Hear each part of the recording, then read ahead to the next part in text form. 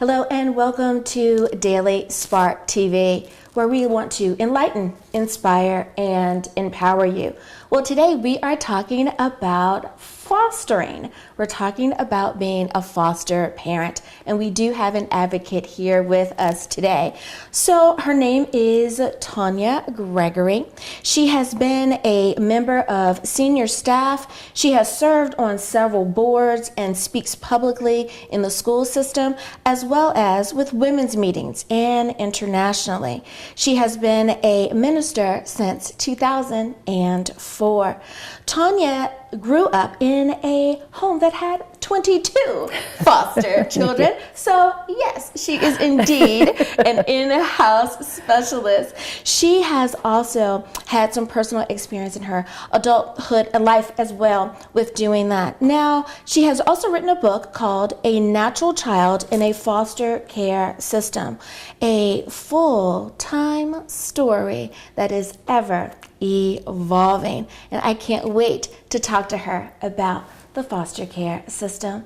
Welcome, Tawnya, to the show. Thank you, Dr. Angela. I'm really glad to be here. I'm excited to get the word out. Yes. Now, before we talk about that, I want to talk a little bit more about you, if you would. Sure. Now, you've been a minister since 2004. What made you decide to go into the ministry? Well, you know, it's one of those things where man does not call you, God does. Mm-hmm. So it was actually, I began itinerating for some of my mentors many years prior to that. And it was just, it evolved into I needed to become a minister to make that happen. And I felt the Lord just really tugging on my heart. My husband confirmed it. It was like, okay, we're taking this step. Yeah. So, and when I received my license, I was in tears because that's a responsibility that I take very seriously. Of course. Yeah. And I love how the fact that you are working in ministry, and scripture does remind us that we are supposed to take care of the widowed and the orphaned. Yes. So that is amazing that Yes. you followed in that calling and you didn't let that go to the wayside. So bravo for walking in that calling. Some people put it off. Mm-hmm. We do. And now I meet people. My ministry is building people. And I meet people that have the calling, and they'll even say, well, you know I'm supposed to do this, but it's like, okay, so what's holding you back? Are you praying and asking God is now the timing, and it's Him holding you back because it's not the timing? Or have you just set it by the wayside and you're not pursuing what God's called you to do? Right. And so it's wonderful, and every situation is different. And so it's exciting to see them recognize their own calling and the gift within them, because everybody has a gift within them. And not all of us have walked out in it. And it's the same with caring with foster children. Some people are truly gifted to care for children, to advocate for children, to be in those positions, to do something in there. And speaking of the foster care system, I think that many people are familiar with the term foster parent. They know that there's a fostering system, but many times we don't understand the intricacies. We don't really know what it means. We've just heard of it. Can you explain a little bit more? What is the foster care system? Gladly, and you're right. So many people don't realize what all it is. And each state and county have a little different variety in some of the different programs that are available. So I encourage people, check the state you're in and the county for the details of it. But the first place that a person is communicating an issue or a problem that they see in a family that perhaps is a neighbor or a child they care for if they're a teacher, they call either the police or CPS, Child Protective Services, which can be called DCS, and many different names depending. And then DCS, or that Child Protective Service, comes in, they talk to the child, they look at the situation, determine if removing the children, whichever it is necessary. If it is, then they're taken and put into the placement agency's care. And they are the ones that place them into homes for emergency care, full-time care, and whatever is needed at that time. Now, there used to be a time where if you wanted to be a foster care parent, you could not be 1, 2, 3. You could not be a single parent. You could not be a woman, so on and so forth. Right. You see where I'm going with that. Right. Are those rules still in effect? Are we still dealing with that, or has it opened up? and kind of loosened a little? That's a really good question, because a lot of people wonder that, and it really has opened up. The thing that they look for, especially with a single person situation, whether male or female, is what is your support system? It is vital to have that support. And I honestly believe that that's why it took so long to go from only couples to opening that door. Because if the child is sick and both people work, somebody still has to care for the child. Well, if you're a single parent, that's an even bigger challenge. Now we have, I've actually just talked to a friend of mine that's a social worker, and they have single men that are foster parents, but they have a good support system. One gentleman, the young man that is his foster child, his secretary is the support. Wow. So, I mean, that was a surprise to me. That was a unique one. Support system, people do go through the background checks and everything also, but they really do open that fully to be able to put the children into homes that are just safe and healthy with support. Of course. That is just so wonderful that you have decided that this is going to be one of the ways in which you are going to work in your calling. I think that that's wonderful. Now, we do need to take a break, but when we get back, I want to ask you, how did you decide that this was something that you wanted to do? We'll be right back.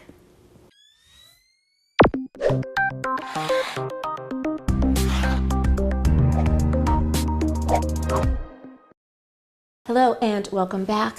So, Tanya, I wanted to ask you, how did you decide that this is what you wanted to do? How did you get involved in fostering? Well, as you mentioned at the beginning, I grew up with foster children going through my home. So it's always been in my life. There's really not a moment where I didn't know about foster children since the age of 4, when my parents sat me down and said, you know, all of us down and said, we want to do this, what do you kids think? Right. Which is a vital thing and very important and very appreciated. But as the time went on, I wanted to write a book. I really felt like God was saying, write a book. And of course, the first book and the first thoughts I was going to write was not what God was wanting. So as He worked in me over the years, and then this book, my book was made and published, it became the catapult that has brought me into, oh, I get it. Helping healthy foster care homes, advocating, letting people know there is something that you can do to help in the foster care system. And it doesn't take long-term commitment. And that has just really ignited the desire to get the word out. Now, how did your own children feel about their home becoming a foster home? Well, we didn't actually take foster children in. So, because in there again, the dynamics of your home make a huge impact. My husband traveled a great deal, and I homeschooled my children, and we moved from state to state. I see. Not really conducive dynamics to bring children in. It's almost as unsettled. The focus had to be on our children. However, we have taken in relatives, the young nieces, we've had young adults, his brother on my husband's brother. We've also had other adults that God laid on our heart to live with us. So we've had people living in our home all along, but we haven't had them through the foster care system. I got ya. So, yeah. Now, one of the things that we understand or has been rumored, so help clear this up, is that once the young person turns 18, they're no longer a minor, you're now technically an adult, and the foster care system just kind of boots them out. Is that true? It was. Okay. It absolutely was. Today they have wonderful programs in place. I'm so excited that they've changed them. From the age of 17 to 17 and a half, after high school, a foster child has the opportunity to opt into different programs. One of them is called collaborative care, and that is a child living in a home from 17 and a half to 21. The collaborative care home, the foster parent is receiving that monthly assistance to make that effective.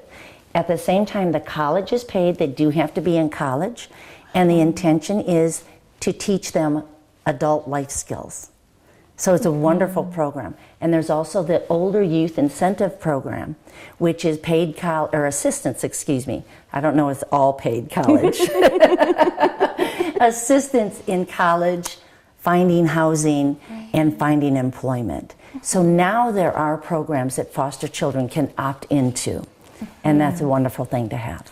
It absolutely is, because thinking that, oh no, on my 18th birthday, it's over, where am I going to go? I'm sure that was making a lot of them just anxious and much. dread Panic. turning 18. Exactly. Yeah, right. you didn't want to look forward to Right. doing that because you were uncertain of what your future was going to hold. Yes. So that's that high school awesome. graduation is a termination of life practically, Yeah. as you know it. Yeah. And that can be very, very scary and course. unsettling for a child.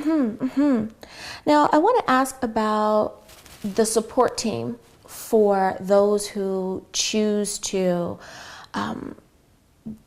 make fostering a part of their life. You kind of mentioned before. Is there an official organization that says we help foster parents be their best? Or would you say that it's better to just make your own teams, just to make sure that you're able to talk about the ups and downs that happen with fostering? Actually, interestingly enough, there isn't an organization that makes up your teams for you. There are those that help in the continuing education that's required of foster parents. Each year, there's a certain number of hours. However, your support team is something that you make up, because it is then your family, extended family. Your secretary, as the one gentleman did. It is somebody that you know, that you can trust, and then they go through the background check system or the daycare system that you're going to use, and then they're taking the paperwork that usually is already done in most of your daycare systems. They go through the same process of being background checked and cleared to have these children for their protection. Now, if someone said, you know, that sounds awesome, I think that that's what I want to do, what should that person do as the first step in becoming a foster parent? Well, I would say pray. Pray, talk to your spouse if you're a couple, talk to your support team, who you're going to have as support. Ask them if they're even interested in doing this. That's huge. Those are your major steps. And if you feel peace about becoming a foster parent or getting involved in even the short-term emergency care, respite care, any of those things, then definitely go on the application, the placement services application websites. And they vary by name. There's so many of them out there. Sometimes the best place is you call your social service agency, child protection. If you don't know where they are and you can't find them on the internet, I recommend you call the non-emergency police, and they can direct you and give you the number, because they certainly know. And that's an excellent place to start. Applications are then done online, and the process begins. Okay.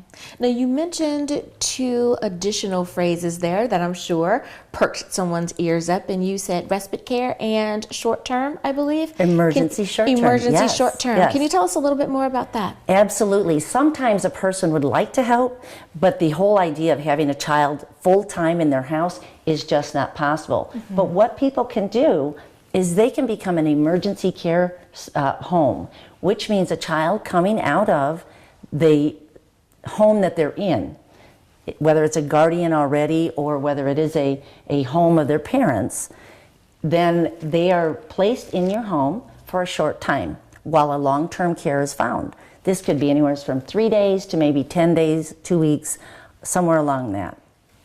The other is respite care.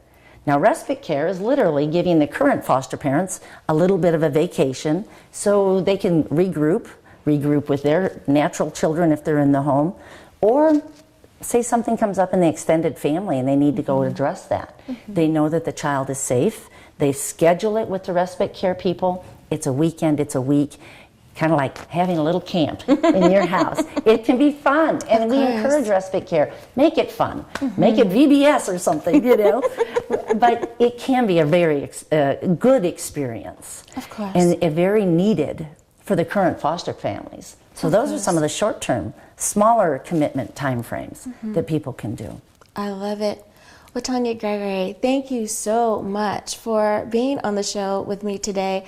I think that it has just been eye-opening for so many people. You are giving such great information. but we need to go to break. Okay. We'll be back after this.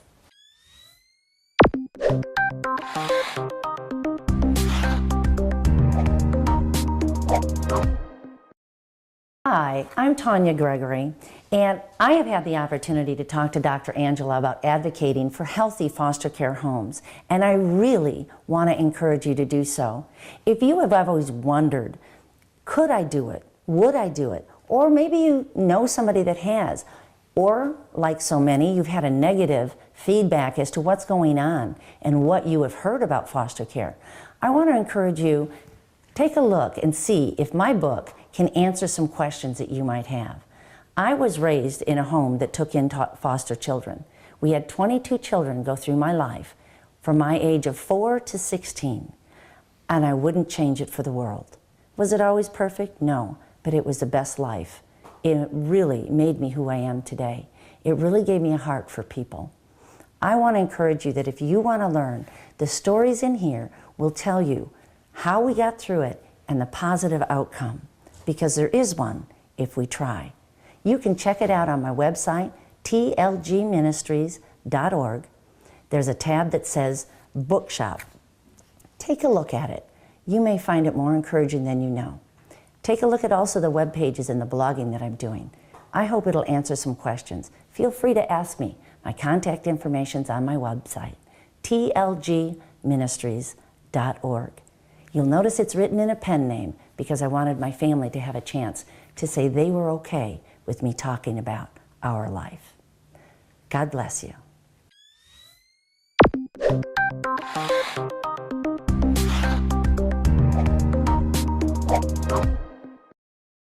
Welcome back.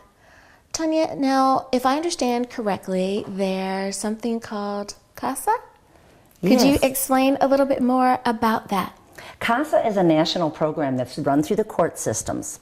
It's actually separate from the court system, but used in the court system. You also may hear of it as guardian ad litem. And what that is you're a voice for the child. So you never take the child into your home or the children. They are abuse and neglect situations. What you do is you're appointed by the judge after you've gone through training for a child, and typically until the case of the child is closed, you are their voice. You have this training, you talk with the child, you also talk with your caseworkers. The opportunity that you have is to put this information together and help the judge hear from the child whether they think it's a safe situation to return home or not. And that is something that judges really appreciate, because it's somebody that's not every day involved with the child, which would be the foster parent. It's not the caseworker that has so much on their plate, but you're also adding that personal conversation with the child. Very, very vital piece and very needed, and they are shorthanded right now. So the child would be able to have conversation with that person the same way that they are with their foster care parent or with their caseworker. Right, and even a more knowing, it's something about that child knowing that this person is for me. Absolutely. They're for me only. They're my support. And who doesn't feel better talking to somebody that you know is on your side? Absolutely. And that's what a CASA, a guardian ad litem, does.